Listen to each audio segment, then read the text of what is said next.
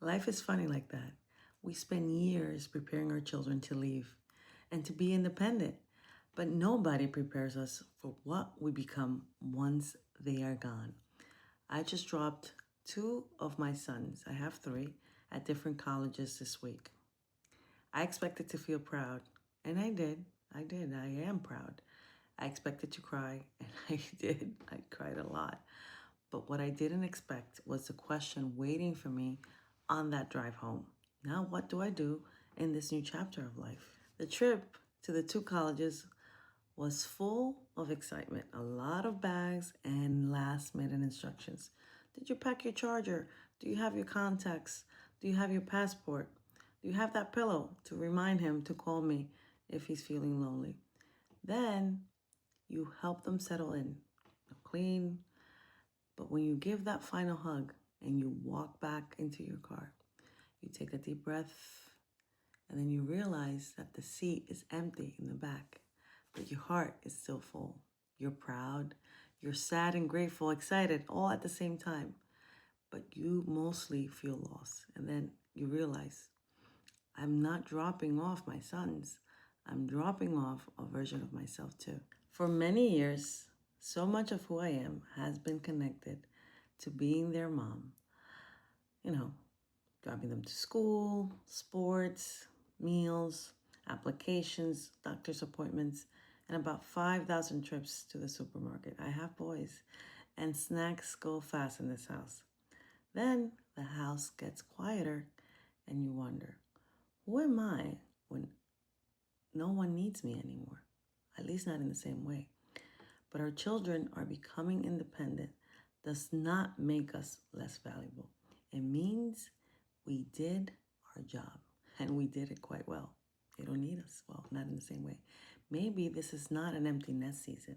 Maybe it's an open door season, a chance to reconnect with our health, get fit, marriage, old friendships, splurge a bit in your style, and have more fun and create those dreams. Because the first part of reinvention is coming home to you, to yourself. Moving them also made me think about purpose. Many women put career goals, businesses, education, and creative ideas on hold while they're raising their families. But those dreams don't disappear. They're still in there. They were just waiting. So think, what skills have you gained during these years? What did you want to create when you were younger? What would you try if you stopped telling yourself that you're too old, that it's too late? Reinvention doesn't mean moving or changing life by next month. Cálmate. It simply begins with taking one class, maybe painting one drawing, creating a video, generating an idea, or simply a courageous conversation. Being an empty nester also can create financial opportunity. When our children leave our homes, some expenses may increase, for a bit during college. But once they're completely gone, like my oldest, those expenses are no longer required.